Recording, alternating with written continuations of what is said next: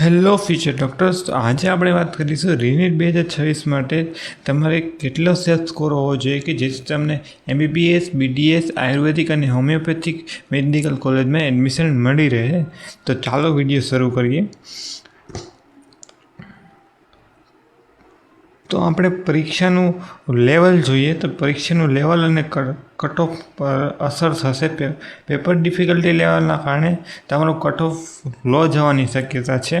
Paper 2025 જેવું જ હતું, એટલા માટે તમારું પેપર ટફના કારણે તમારું સ્કોર લો જશે.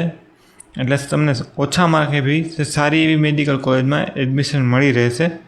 તો સેફ સ્કોરની વાત કરીએ તો સેફ સ્કોર MBBS માટે તમારે 540 માર્ક છે, જેથી તમને સારી એવી ગવર્મેન્ટ કોલેજમાં એડમિશન મળી રહે. અને BDS એટલે કે ડેન્ટલની વાત કરીએ તો 490 માર્ક છે. તમને ગવર્મેન્ટ મેડિકલ કોલેજમાં ડેન્ટલમાં તમને 490 માર્કે તમને એડમિશન મળી રહેશે.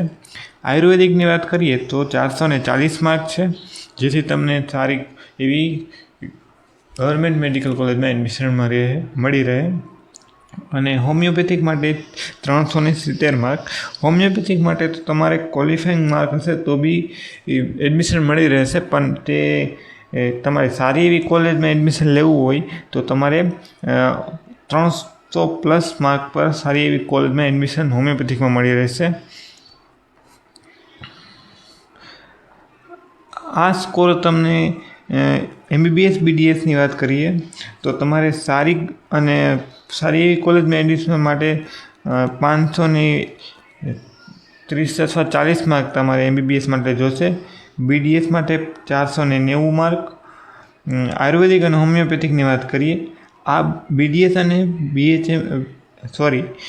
MBBS અને BDSનું કાઉન્સેલિંગ અલગ રીતે થાય છે અને BMS અને BHMSનું પણ અલગ થાય છે, સાથે કમ્બાઈન નથી થતું.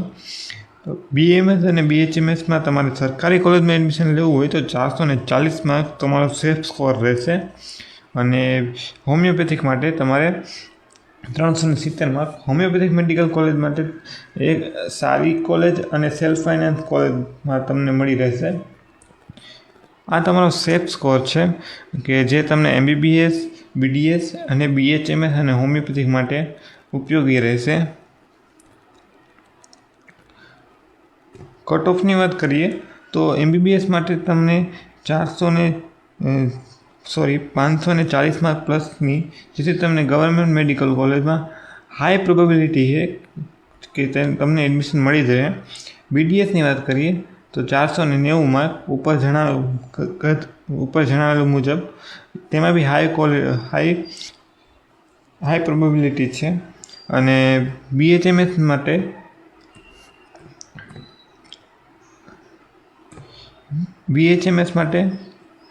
તમારે 440 માર્ક, જેમાં તમને સરકારી તથા અર્ધ સરકારી એટલે કે ગવર્મેન્ટ અને સેમી ગવર્મેન્ટ મેડિકલ કોલેજમાં એડમિશન મળી રહેશે.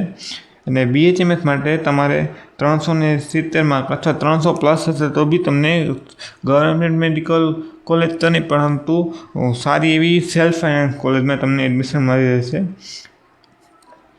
આ તો તમારો સેફ ઝોન છે.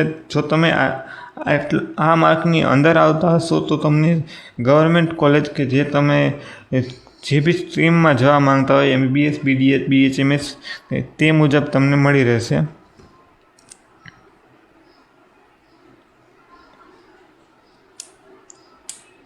ઇમ્પોર્ટન્ટ માર્ગદર્શનની વાત કરીએ તો અત્યારે તો તમારે ડોક્યુમેન્ટ તૈયાર રાખજો. કાઉન્સેલિંગ પ્રક્રિયા માટે તમારે જરૂરી ડોક્યુમેન્ટ છે કે નીટનું સ્કોર કાર્ડ. એ તો હજુ આવ્યું નથી, નીટનું રિઝલ્ટ નથી આવ્યું એટલે તમને સ્કોર કાર્ડ તો હજુ નહીં હોય. કેટેગરી સર્ટિફિકેટ, પછી તમારા 12th અને 10ની માર્કશીટ, તેમની ઝેરોક્સ.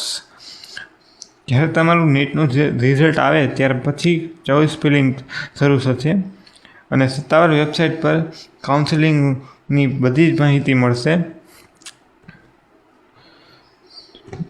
જો તમને કોઈ પ્રકારનો પ્રશ્ન હોય તો જરૂરથી પિન કોમેન્ટ કરજો. અને તમારે નીટમાં કેટલા માર્કે એડમિશન મળશે કે નહીં તેનો બી પ્રશ્ન હોય તો અમને કોમેન્ટ કરજો, અમે તમને સપોર્ટ કરીશું.